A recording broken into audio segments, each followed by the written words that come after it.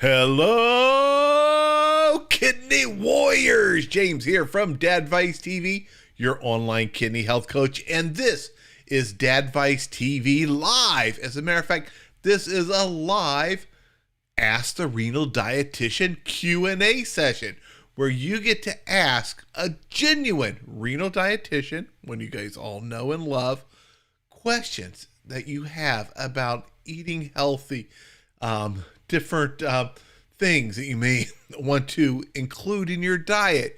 There's a great chance to ask questions and get answers from someone who is not only trained, but has the experience to help you start enjoying food, especially if you're afraid of food as a kidney patient, which most of us, when we're diagnosed, it feels like we can't eat anything. But the truth is, you can eat almost anything. It's just how much. That's kind of what I learned as a secret. Excuse me, for me. My allergies are starting to kick off. We got a big storm coming, getting the winds all up, which is just making my allergies not all that great. So let's go ahead and let's jump right on into our live Q&A session. So make sure, type in your questions in the comments so that we get a chance for Jen, who I'm about to introduce in a second, to see them and answer them. And if you find these videos helpful, give it a thumbs up. That'll help other people find it too. All right, please give me a great big giant Dadvice TV welcome to renal dietitian Jen Hernandez of Plant Powered Kidneys. Hey, Jen, woo! Hey, James. Hey, everybody. Happy to be back for another live Q&A. If you haven't met me yet, my name is Jen Hernandez, and I'm a board-certified renal dietitian. I'm a registered dietitian that focuses solely with people who have chronic kidney disease, and that's where I spend the majority of my career. And I love jumping onto these Q&A calls to help answer a lot of the questions, because I know with a renal diet, there's 1,000,001 questions that come up with all the different areas to focus on. And sometimes it can feel like whack-a-mole when we're trying to navigate all of these different areas and trying to take care of one problem and another pops up, and then take care of another problem and another one pops up. But hopefully our Q&As help. And if you're looking for more answers and more support, be sure to check out our Plant Powered Kidneys website. Because of our blog, we have a ton of articles with a lot of helpful information for you there, as well as our free and private Facebook group where you can join over 10,000 peer kidney patients who are looking to follow a plant-based diet to protect their kidneys in any stage and situation. And that's one of the things we love to promote and support, is that there's not one renal diet.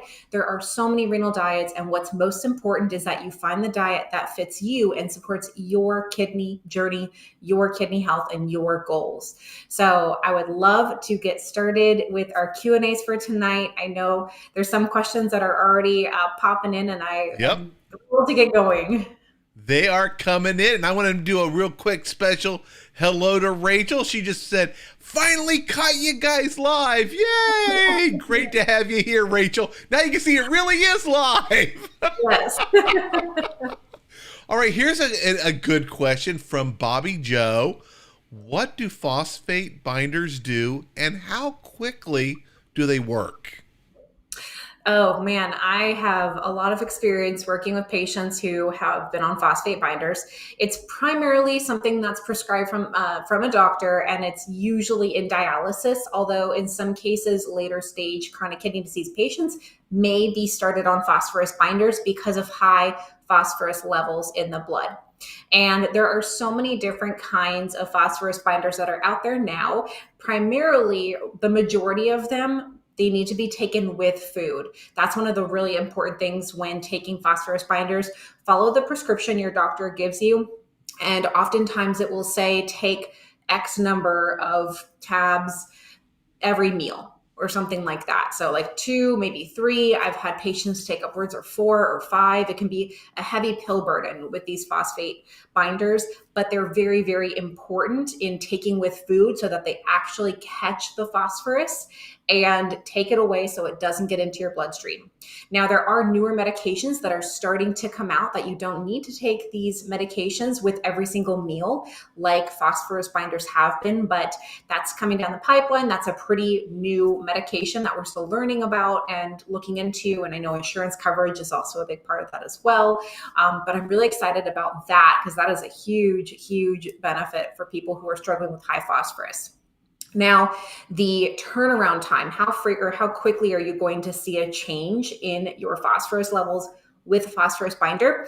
Well, it depends on quite a few things. For one, it depends on how high your phosphorus level was to begin with when you first started the binders, or when you were acknowledging that there was a problem in your phosphorus and that you're making this medication change. Usually I have found that doctors will get a phosphorus check in maybe 2 weeks or a month, or in some CKD situations, it might not be till like 3 months later. So it really depends on what plan your doctor has for you. And it also has to do with how frequently you're in the office and how you can get your blood work done. Dialysis patients, a silver lining, I suppose, would be that they're there to get their blood work checked pretty frequently. So they are able to get a quicker feedback on that. And your dietitian in a dialysis center will work with your doctor to help come up with that plan for you, talk with you about maybe some foods in your diet or drinks in your diet that could be contributing to that higher phosphorus level. And there's other factors related to phosphorus that are in some parts diet related and other parts kidney disease related. But it's really important to address a lot of those different pieces with your healthcare team to identify all those areas of opportunity. Diet definitely plays a really big part with phosphorus management though. So being careful with those added phosphates in the ingredients, that is a big, big benefit. If you can avoid those as best as possible, that's also going to really help support your phosphorus goals of getting those lower. So I would really support that you keep an eye out for those phosphates too. Very good. And I always call it the sneaky snake, because phosphorus, it seems like it's in there all over the place. You got to read those labels, look for that PHOS. A lot of those are that non-natural phosphorus, which we absorb 100%. Speaking of beverages, someone said, Jennifer says, I'm reading you can have A&W root beer. She has to watch out for gout, and she knows soda's high in fructose. So she pretty much sticks with water and tea, but she's curious, are there any teas that are a no-no for kidney patients? So I see two questions in here, and I'm going to answer the tea one first. But there are a ton of teas out there, and standard, think of like your really, really boring teas, the ones that don't have a lot of pretty packaging, don't have a lot of flashy words, or they definitely don't talk about detox or any kind of special things like that, because that'll just make you sit in the bathroom for a very long time. It won't be a fun experience. But if you're looking for like a black tea, a chamomile tea, green tea, hibiscus tea even, there are so many teas that are good for kidney patients. Teas can count as part of that hydration, drinking enough fluids to stay hydrated. So whether you're paying attention to your gout and staying hydrated for that to make sure you don't have high purines, or if you're preventing kidney stones and drinking a lot of water there, if you're watching for your PKD and also being careful with cysts, so drinking a lot of water for that. There's a lot of different reasons to drink plenty of fluids for kidney health. So in general, teas are fine. Just be careful of the ones that talk about detox, or the other thing too is if they have a ton of herbal remedies, I will say, like licorice, for example, that can have an impact on potassium levels. So be careful with some of those things. In general, though, they're going to be fine. And again, stick to the basics like your Earl Grey, your English tea, your black tea, your green tea, those kinds that you're going to find really easily in stores and even in like little coffee shops. Those are going to be safe. Very good. Now, here's a common challenge for a lot of kidney patients. I don't want to butcher the name, but they're saying, please help.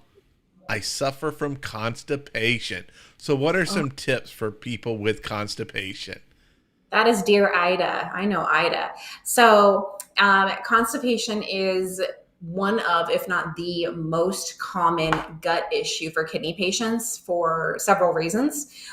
For one, a lot of medications that kidney patients are prescribed and they need to be on can have a side effect of constipation. So that's kind of out of our control. Medications play a very, very important role in many ways of protecting kidney health. So you definitely want to continue following medications, talk with your doctor if you do have concerns about side effects, but they're there for a reason to support your kidneys and your overall health. But they can cause constipation. The other thing is that many kidney patients that I come across are afraid of potassium. And the reason I bring up this is because a lot of potassium rich foods also come with fiber, and fiber is really, really important for our gut health too. So make sure you're eating as much potassium as you're allowed to safely have. And in many cases, people with chronic kidney disease don't need to have a potassium restriction. That has to come from your blood work, and it has to come from a specific order from your doctor or ideally your dietitian. Because I will say some doctors still overprescribe a low potassium diet. They're not aware of the new guidelines, or they're maybe not following them as closely as dietitians are, because that's our realm. But definitely eat more potassium and potassium rich foods that do have fiber. So we're talking fruits, vegetables, even whole grains. And that's another outdated renal diet idea, thinking that you have to avoid whole grains because of the phosphorus. And that's not true either. But whole grains are a great source of fiber, and that's another way to get more into your diet. This is something that I follow with a lot of clients when we do set goals to hit getting enough fiber, which is 25 grams per day for women, 38 grams per day for men. And for those that follow a truly whole food, more plant-based diet, it's easier to achieve because of those plants that they include in the diet. But again, when there's a lot of concern and fear about potassium and nutrients, then it can oftentimes occur where there's just not enough fiber being hit, and that can slow things down in our gut. And then another thing that could potentially help is a probiotic. So I know you and I, James, have talked about Renadyl in the Yes, past. Renadyl. Yeah, that's a great probiotic. I know sometimes it's hard to get a hold of, but you can also do other probiotic strains that you have in the stores around you. So don't feel like you have to go with that one, but starting a probiotic can be really gut friendly and really helpful for your gut. So you can try that and see how that works for you. That would be another kind of dietary supplemental intervention. And then finally, well, two more suggestions here. Going back to getting enough water, getting enough fluids, that is also a really, really important part. Yes, if you're working really hard on your fiber and you're getting good fiber goals, but you're not drinking enough water, you're not creating enough fluid for the body to move everything through, and that can cause constipation. So make sure you're drinking plenty of fluids, staying well hydrated. If you have a fluid restriction, drink up to that amount that you're allowed to have, but don't go over, because that's not going to help alleviate it. That's going to cause more problems. That's the whack-a-mole thing. But drinking the right amount of fluid for you is going to be helpful. And then finally, a really potentially easy way to help alleviate constipation is to take a short walk after a meal. And I'm saying like 5 minutes. It doesn't have to be hitting the streets for a marathon or anything crazy, but focusing on getting some movement, it gets the blood flowing, and it does stimulate our gut to be working and digesting. So a light walk is all that you can try to do to help alleviate that constipation. And when push comes to shove, I guess more literally, well, when push comes to shove, then it's really important also to talk with your doctor and see if there's anything else that they can potentially look into for you, whether it be a referral to a GI specialist or some other medication to help support you with that. And those medications are oftentimes temporary. They should be temporary. They shouldn't be relied on. But you'll want to look into figuring out what's really causing that constipation problem. Yep, and fiber is definitely your friend. It's like one of those secret things that we don't talk enough about. Many of us are not getting enough of in our diet. I also wanted to mention, for those that are or had been looking for Renadyl, there was a disruption in their processing, but they've gotten that under control. They've got it back in stock. As a matter of fact, my next shipment arrives tomorrow. It shipped out today, and it'll be here tomorrow, but they've got it back in stock for those that have had trouble the last few months getting a hold of it. Now, here's a great question from Tyler. Tyler's asking about sodium. What should a person's, pardon me, goal each day be for their sodium intake? Where do you recommend? Wow, that's awesome. I love seeing that success there, and proof that you can still include some animal proteins and it's not going to derail anything. So that's fantastic. So sodium intake is still going to be very personalized, but we can at least start with the general healthy guidelines of no more than 2,300 milligrams of sodium. So 2,300 milligrams is the standard cutoff for American Heart Association recommendations for a healthy heart. Now, for kidney patients, it may be a little bit lower. It may be 2,000 milligrams. It may be 1,800 milligrams. It may be 1,500 milligrams. That is one of the lower end. It's definitely not 0 milligrams because our body. We need it. I tried 0. You can't get to 0 unless all you're drinking is water, and it never went through a water softener. Exactly.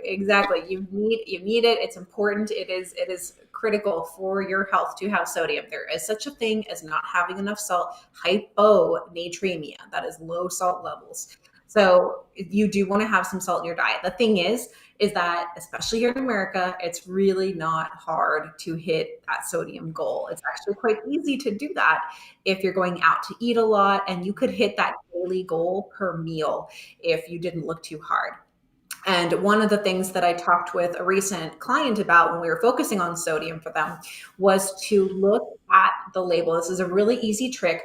When you're looking at a nutrition fact label and you see the calories at the top, and then lower, kind of in the middle of it, you'll see the milligrams of sodium. If the milligrams of sodium is higher than the calories, that's going to be a higher sodium food. Okay. And the basis we're going off of that is 2,000 calories is a kind of a standard generalized calorie intake for somebody. Just again, kind of this big umbrella idea.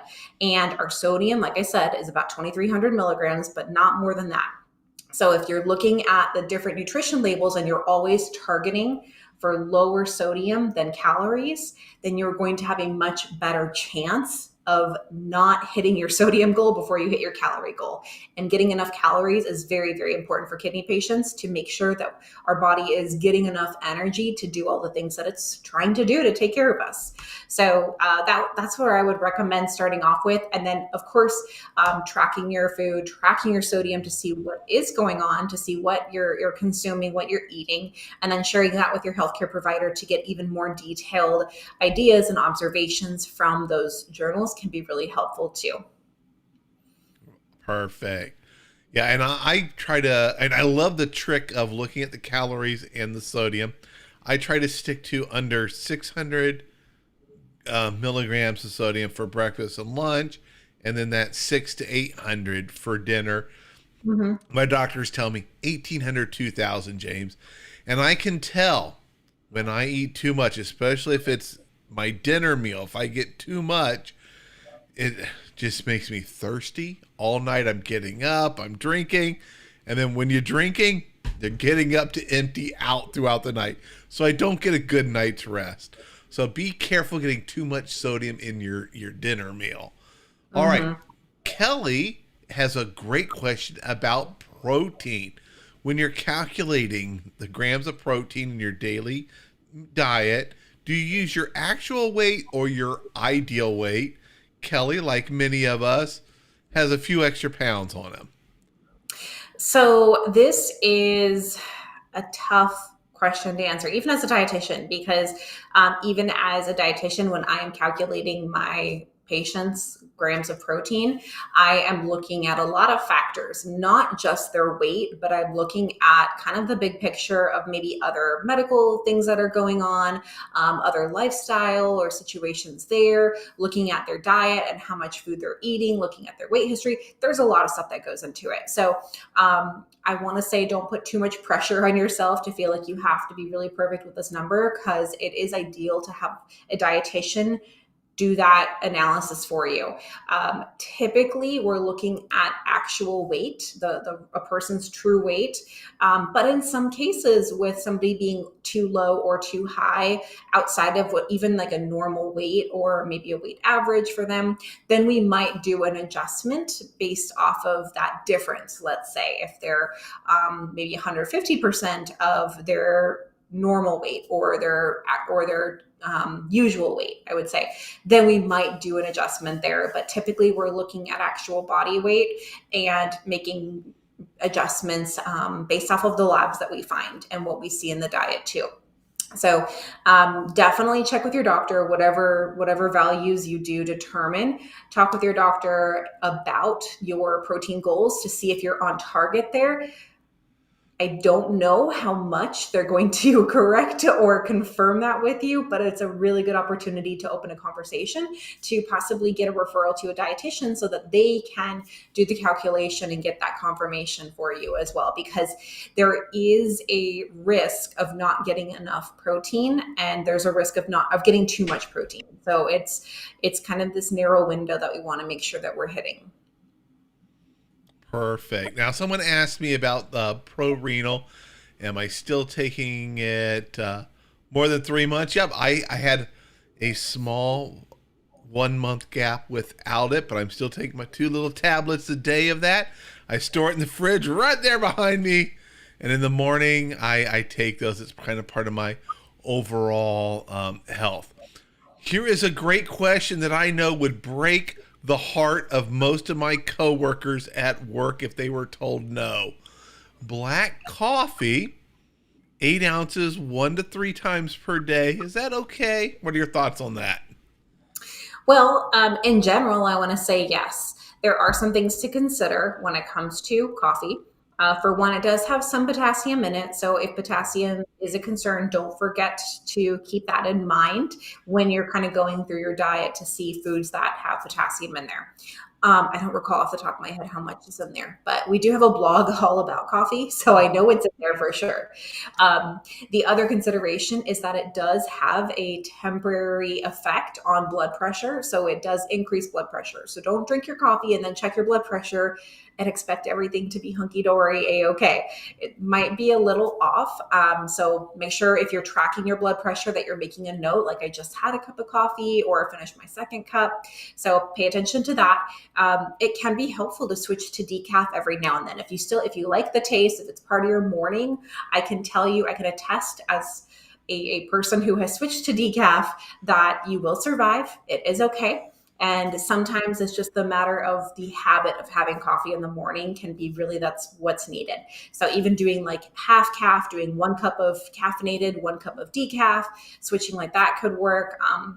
Just for some ideas out there to just help potentially lower the caffeine intake, because over 3 could be a bit of caffeine that could impact your heart rate, could increase anxiety levels. So we wouldn't want to do too much of that and risk having it cause more harm than good.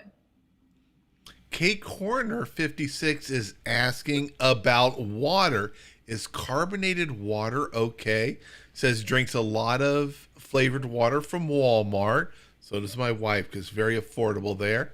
But it's all carbonated water. What are your thoughts on carbonated water? Carbonated water, just the bubbly kind of water, is definitely okay. And that's a great way to stay hydrated. Now, when we talk about the flavoring, that's where we can kind of start. We have to look at more specifics, because some brands do add sugars and they're almost like a soda. So we do want to be careful with the added sugars in these. More often than not, there's not added sugars, but I will tell you, I have been very surprised that I've come across a carbonated flavored water that has not only added sugars, but phosphorus. And so in these cases, yes, I went through a Walgreens, not a Walmart, a Walgreens, and I think it was Target I was going through, and I found a few that had added phosphates in the flavored water. So definitely check the label. Ideally, you should just see on the ingredients carbonated water, natural flavors. That's it. Maybe they do some juice, like Spindrift is a carbonated water that adds like a splash of juice, and that could be okay. But if it's like a carbonated water and then added sugars and then added phosphates, that one would not be good in my opinion. There's so many other better options that are available. So definitely take a look. I want to say the Walmart brand. I'd have to look it up specifically, but I want to say theirs is okay. But I'd have to check.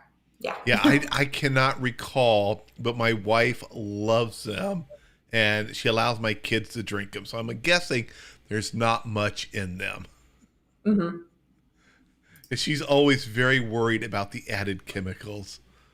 So, okay, I did a really quick check. So they're the Clear American brand. I'm looking at the black cherry sparkling water, and it has no added sugars, but it does have potassium additives. And so it does say per bottle, 12-ounce bottle, it's 360 milligrams of potassium. So for somebody who has a potassium concern, who is on a restriction, then that would be something I would talk about switching, because those potassium additives, just like phosphorus additives, get highly absorbed, and it would not be supporting your goal of keeping your potassium managed. And I don't know about you, but I would much rather enjoy like avocado toast or banana and peanut butter than a sparkling water with potassium additives. So, to each their own, but make sure that that's a decision that you're aware of and that you can make that choice.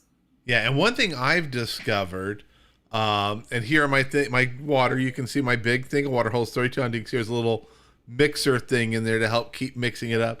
But I take the water and I take some frozen black cherries, and it's a little tiny one of those little portable blenders. I blend that cherry up with the water, and or a couple of them that are frozen, and then add some more water in here, and I just shake it every so often. Adds a lot of flavor. Or I'll throw some cantaloupe, honeydew. I'll do cucumber. It's a very, very light taste. I wish cucumber was a bit stronger, but I love, and there's in here right now, frozen black cherries. I get the bags of them at Walmart and just throw a few of them in there in the little blender thing. Boom. I've got something that tastes great. I drink it very, very cold. For some reason, I don't like room temperature water, and I do at least 3 of these every single day. It is great. Easy way to add some flavor. So another alternative in case you're looking for an affordable way to add some flavor to water. Now, you kind of touched on it just a moment ago, but someone asked, is it okay to eat bananas? Yeah, I mean, so let's nip this. Is it okay to eat? Fill in the blank. The answer is 99% yes. There's almost anything you can include in a renal diet. The question is going to be, how does that fit into your nutritional allowances? So whether it's a protein allowance, whether it's a potassium allowance, whether it's a sodium allowance, you want to see what nutrients that food has and how much of that allowance it's going to take. In some cases, some people have an unlimited allowance for nutrients like potassium, for example. So that could be something that would totally be fine. Somebody without a potassium restriction could definitely have bananas. In fact, it could be really good to have those bananas because of that potassium that's actually very kidney and heart protective. Most people don't get enough potassium to begin with, and that's what breaks my heart when a kidney patient is hearing about having kidney disease. They're learning about this, and then they go search online and come across all this stuff about following a low potassium diet, and you can't have any of this stuff and all these foods to avoid, without understanding that it has to come from your doctor. It really has to come from your labs. It's not just the diagnosis of kidney disease. It is coming from your blood work that is showing that your body cannot manage potassium on its own. That's what we're needing to focus on. So otherwise, including more nutritious foods, because if you think about it, the old renal diet, it just cuts out so many good whole foods. It cuts out potatoes and avocados and bananas and tomatoes and whole grains. I mean, what a bummer.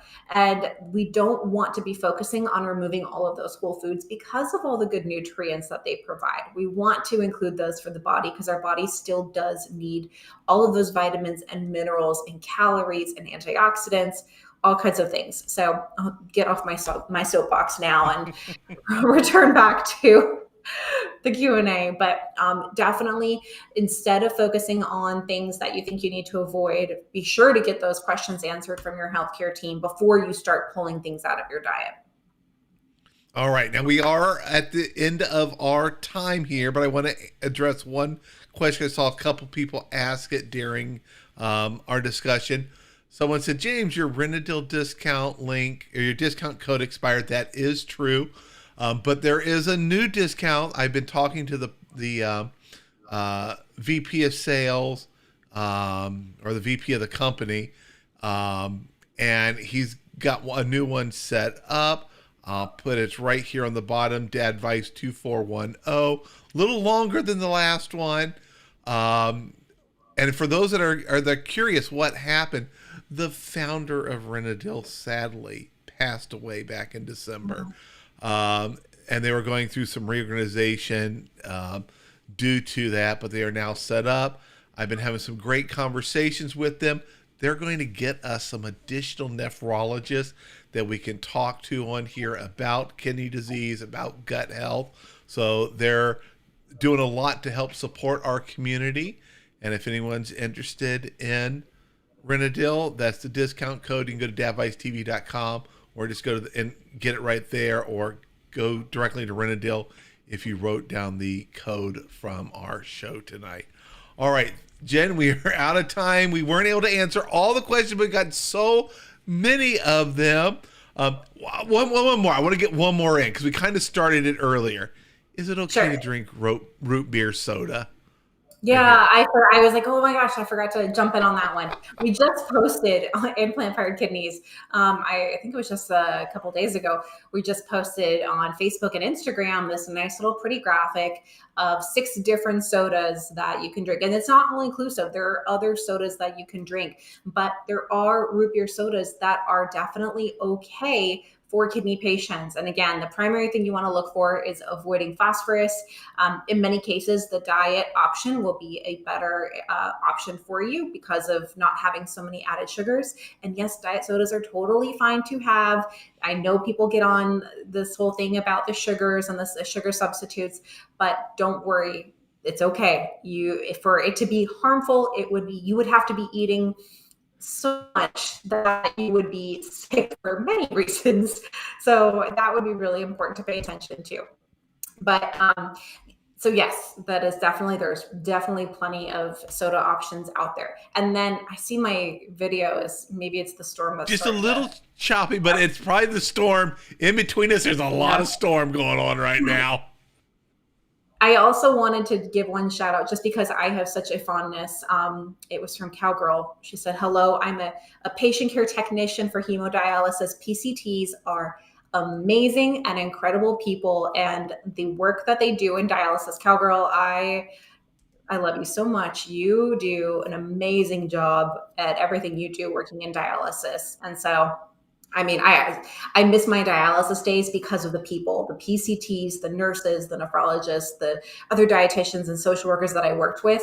It was always a great team. And PCTs they are so essential. I can't even express how important they are to dialysis and dialysis patients. And so I just want to say thank you so much. And Awesome. I'm so happy to support you so that you can help your patients too. Perfect. All right. That is the end of our show for tonight. If we didn't get to your question, maybe we'll be able to get to it next time. We only have a half an hour to go through things down here, but we got through a ton of them tonight. Make sure, join Jen's Facebook group, Plant Powered Kidneys. It's fantastic. Lots of great stuff. She also does live Q&As in there. There's lots of other people providing great ideas, recipes, photos of the foods that they make, which is my favorite part of it. Get lots of ideas, lots of creativity. It is fantastic. And there's a link to it in the description below the video. All right, Jen, thank you so much. This has been fantastic. Stay safe from the weather. I know you're getting ready to fly across the country. I hope you good weather and a great trip and sunny skies and bright sun on the West Coast. Yes, fingers crossed. Everything goes according to plan when it comes to traveling. Yeah. All right. Thank you so much. And thank you out there. I'll see you all in the next video. Bye, everyone.